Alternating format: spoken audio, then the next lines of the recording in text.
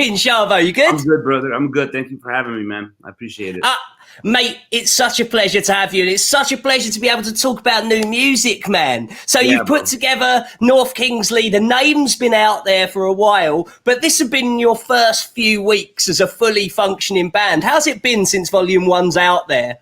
It's trippy, because, you know, I got used to dropping records and, you know, being in a band and making music and have people hear it. And it's been 15 years since we dropped anything, so I kind of forgot how that felt, you know, that awesome feeling. And when we dropped North Kingsley less than a month ago, like 3 weeks ago, it just like that feeling came back of like, fuck, people are hearing it. You know, it's so fun to like, it's such a good feeling to like have people appreciate what you do, you know? It's been a while, man. It's been a while since I've been able to put what I make on tape and have people listen to it, you know? I love that it was excitement and not nerves. Like you say, after 15 years, it'd be easy to be like, have I still got it? Or like all of those minds. I love the excitement. Does that speak volumes about how you felt about North Kingsley since putting it together? Well, I wouldn't drop it if I wasn't proud of it. You know what I mean? I mean, I would not be doing that. So I'm proud of everything we do. If a song is not like, every song is like a single for me. It's like the one. That's why I'm dropping in little amounts. So everyone could digest the music. You know what I'm saying? Right now, if it's a new project with a new style, we don't sound like System. I don't think we sound like anyone really. You know, and every song is different from the other one. You know, so it's not like you've heard one, you've heard it all. Every time we're gonna drop, people are gonna say, "Oh shit, that one. Oh, I like this one more. I like that one." You know what I mean? It's kind of creating that. It's the one thing I think similar to System about us is that every song is different, but still is in the world of the band. You know what I mean? Like it sounds like the band. Like, for example, our first record with System, we had Sweet Pea, we had People, Spiders, you know, Sugar on the same record, all 4 different songs, you know, but they all were our style and our sound.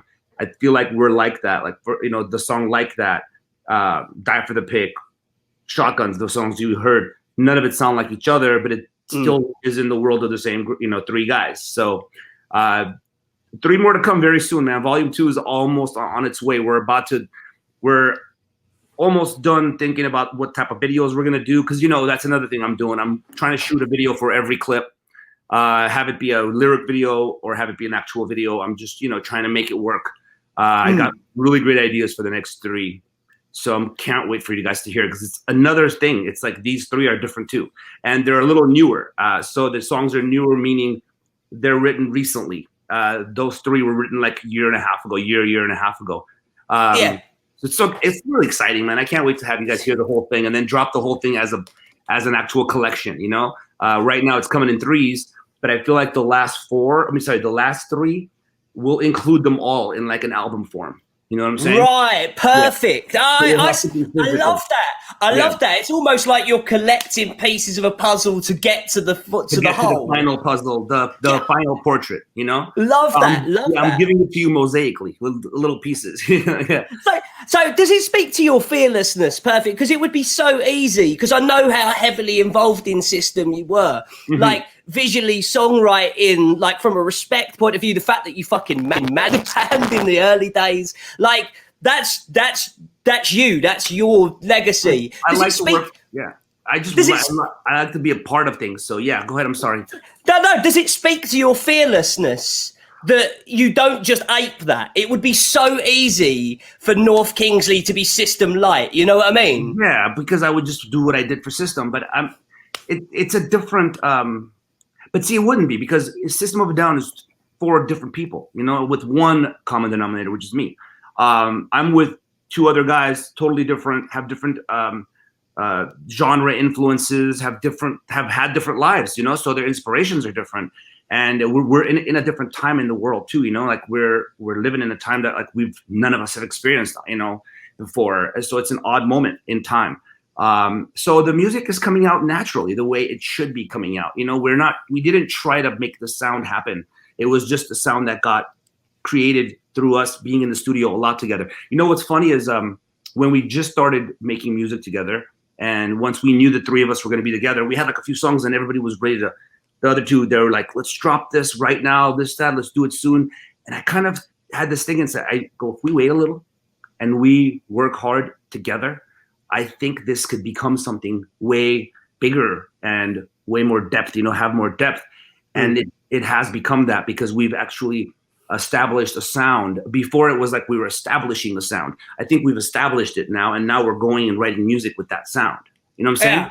So yeah, man. Yeah.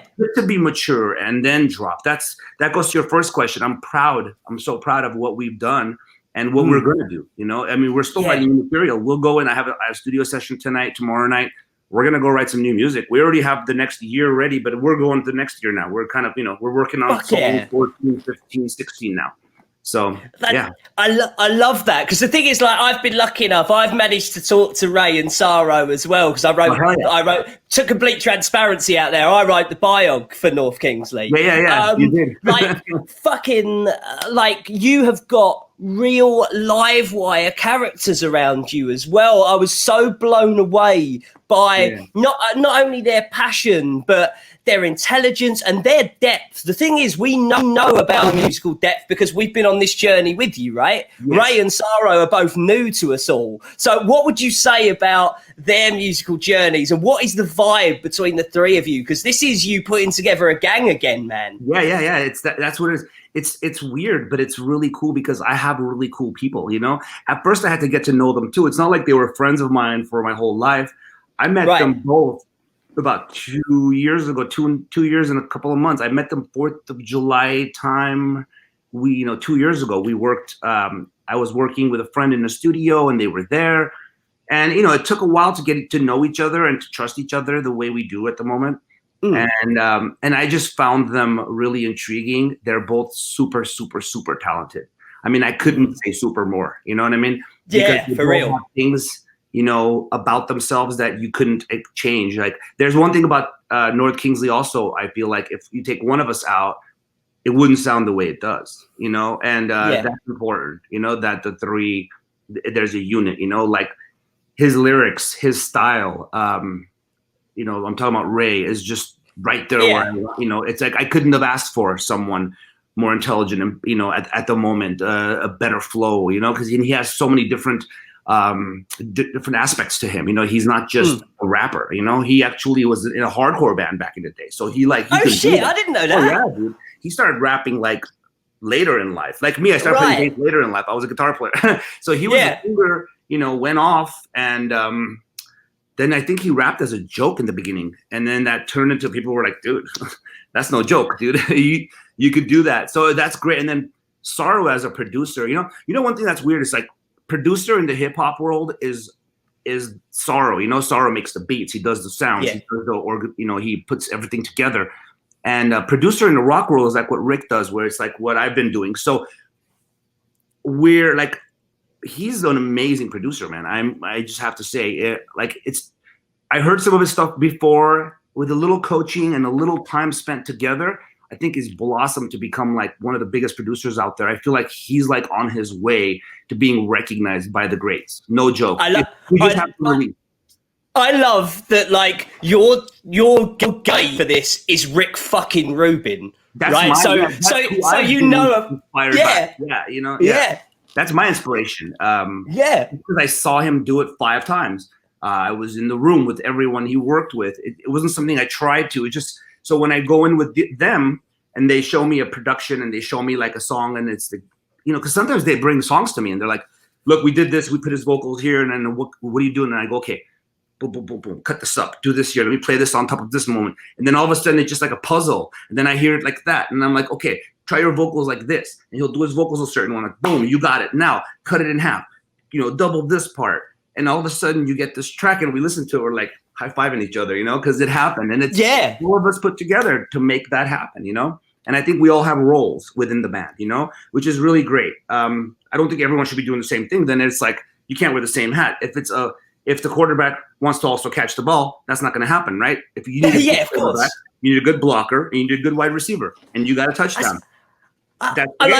That's because I didn't know, because like I know you've got like the three of you have got kind of all-star skill sets within, but like it does feel like a base level, absolute base level. It's like there's a rapper, there's a musician, there's a producer, kaboom. Yeah, and it's just happening, and we're getting good reaction, man.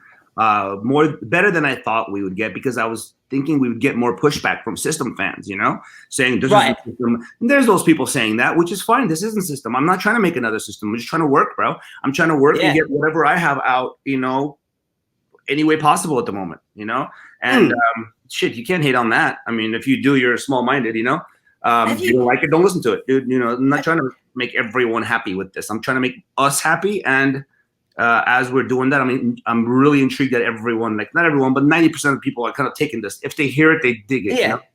Well, I've tried to not use the S word, right? Because we're here and we're talking about North Kingsley, but I know for a fact someone as prolific and someone with your work ethic will definitely have had material sat around for years. Is that still in that pile over there? Like that will never cross the threshold into North Kingsley?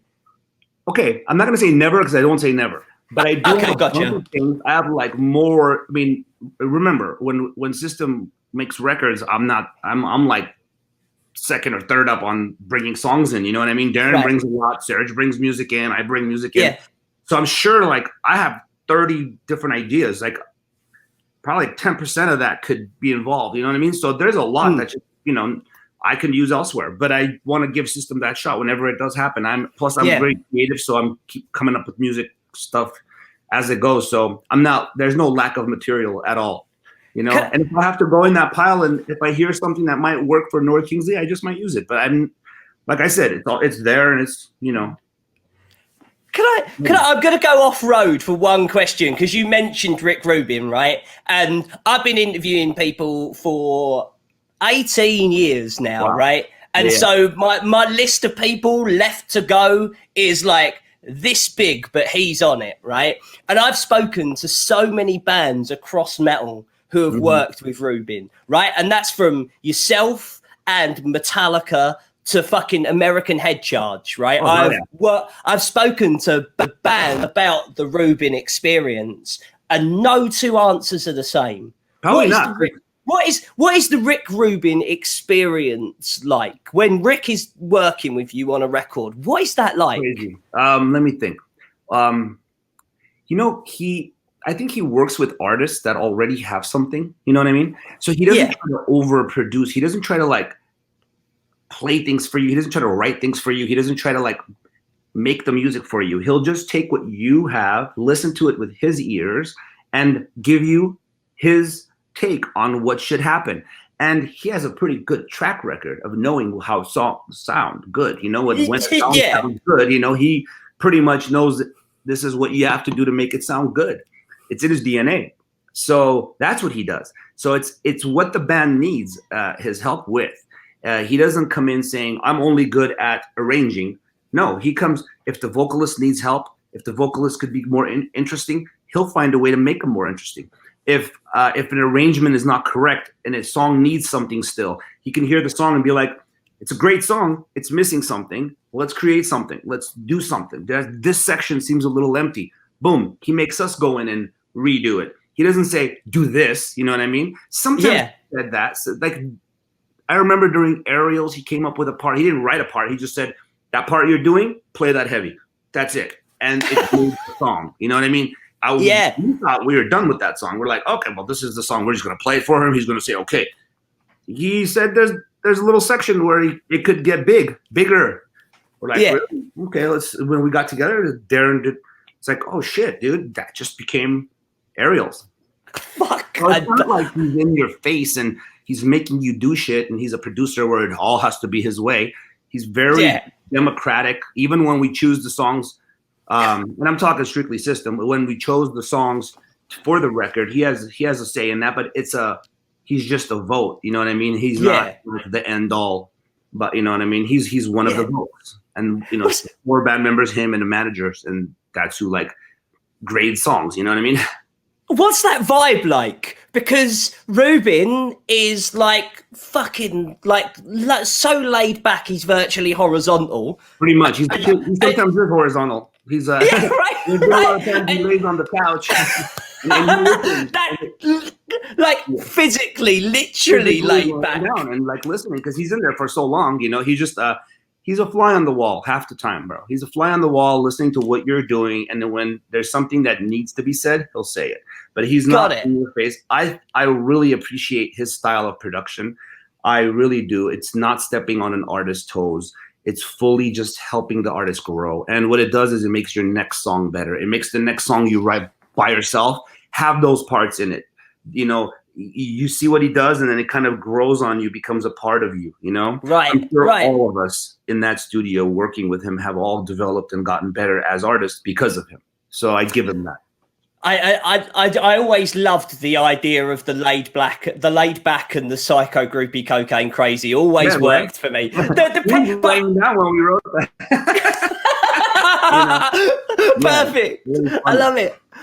But the pedigree of people you work with comes from outside of rock and metal when we talk North Kingsley, though, right? Because George Clinton and the RZA and Wu-Tang are far more apt at this point than anyone that you played with in metal, I would say. Is that fair? Yeah, I worked with George a while back. Actually, on one of the records, I produced one of the songs on his couple of records. You know what I mean? Yeah, that was nuts. That was not happening. I was like, what? Am I really doing this? And then RZA got me involved in some really cool shit where we he had me help him. We co-did the music, scored Babylon AD together, which was an experience with Hans Zimmer. I mean, from all people, you know, get out of town. In the studio. They gave me a little apartment for like 2 months to work every day at Hans Zimmer studio with Hans to put together music for a movie. And I was like, fuck, dude. And that gave me what it's like, it's all like rehearsal to me in life. You know, it's like, it teaches you, it's just like it's just growth, you know, just to do things you've done before and succeed in it. You know, that's a great feeling too.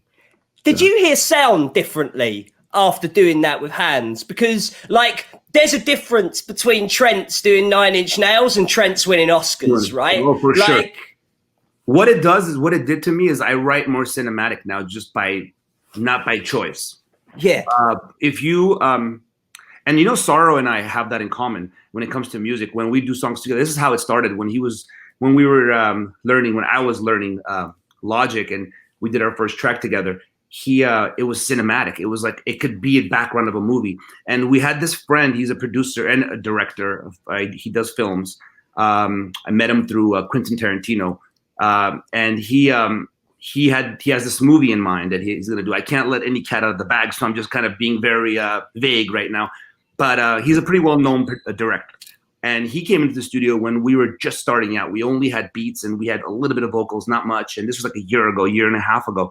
And he was just like, dude, I want all that stuff on this new movie of mine. And we were just kind of like laid back going, wait, bro, we're making a record. And he's like, no, but I really need, this is for this part and this is for that. And he just broke down our music for us. I was like, fuck, dude, now this might be going. See, these were all little things that made me think we're doing something cool. You know what I mean? Yeah, yeah. And so we just write cinematic. It's like, if you take the vocals out and you just play the music, instrumentals, very, very movie background, very theme orientated shit. I know we'll be good. North Kingsley music would be rad in movies at some point. So, but like all things, I like to grow like gradually. I'm not going to blow this up like right away, because anything blows up right away falls down right away just as fast as it blew up. So I kind of want to have that, you know, gradual thing happen with us. So I'm happy on the spins. I'm happy on the streaming. I'm happy how many times the video. We have like almost 60,000 spins on the video in 2 weeks. That's freaking great. You know, it's a freaking brand new band. You know what I mean? So yeah, man, I feel blessed. I feel very, you know, rejuvenated a little bit. Artistic. Good. Yeah. Good. Yeah. Did you need that? Yeah, man. It really, I missed going and making music and knowing that one day people are going to hear this. You know, it's a cool thing. And so my final question then, we've learned about North Kingsley on Volume 1. Yes. What are we going to learn about North Kingsley on Volume 2? Ooh, you're going to see like, you're going to see a little bit of progress, a bunch of progress. In time, our sounds also get bigger. You know, we hear songs we did a year ago. We have a song called The Fire coming out in maybe Volume 3 or 4. That's something we did in the beginning.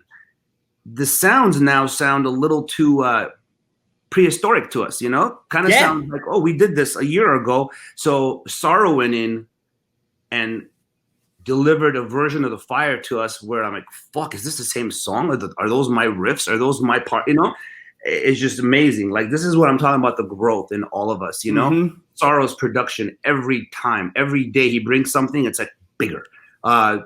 Ray's vocals, every time he throws a new verse, it's like more complex and the wordplay is crazy. He's insane, bro. We just got a really cool write-up in somewhere. I'm sharing this because it meant a lot to us. You know, he's a new singer. He's a new rapper, you know? So if I want to say something great about him I feel complimented, you know? Yeah. So they compared him to a Wu-Tang member, and he tripped out. Yeah. He's a fan, you know, and I'm a fan. Wu-Tang's the Wu-Tang, you know what I mean? Those guys are fucking on another level, you know? And to be compared, the other day I was with RZA. We're friends still, of course. I was with him. We're hanging out, and I told him about that, and he goes, "See, that's what I told you." Because when he came in the first time and he heard, he's like, "Yo, that dude, he's got something." This is the RZA telling me, right? Fuck, man. He goes, "I told you." I was like, "Fuck yeah, dude, you're right." And it's just a big compliment, bro. That's like flatter times 100, you know? Yeah, for real. When it comes from the fucking master like that, amazing. The guru, and you can expect him to do a feature. He did one, so it's called Volume 2. Includes RZA. Yo! Yeah. I can't wait. Am I allowed to tell you that I've heard that song? I think you have, right? What do you think? Your bass playing on it is fucking great, and it's really great to hear like the musical canvas stretch out more. When you say growth, right? What you're doing on the bass is not just like a 1 or 2 bar thing, man. Like it lets its wings out, and really, and when you got RZA on top of that, yeah, dude, RZA's rapping on my bass. It's crazy. That song doesn't have too much guitar. It's mostly heavy bass. It reminds me a little. It's like kind of Mr. Jack-ish vibe. Mr. Jack, middle part, mate. Feeling, but it's different. Yeah, I can hear that. Like trap with Mr. Jack is crazy, yeah. Right, let's end this interview here before I get us both in trouble. Right, no, thank you, Shavo. Sorry. Thanks for your time, man. Yeah, man. Thank you for having me. Be well. Don't forget to like and share this video and join me on Twitch every Tuesday, Friday and Saturday for guest hangouts, new music votes, tier lists, band-specific competitions, weekly merch roundups and much, much more. That's twitch.tv/Mosh Talks. Find the link in the description below. Don't forget to subscribe to this channel, and I'll see you on KNOTFEST.com for all of the latest news, features and much more from the worlds of rock, metal and beyond.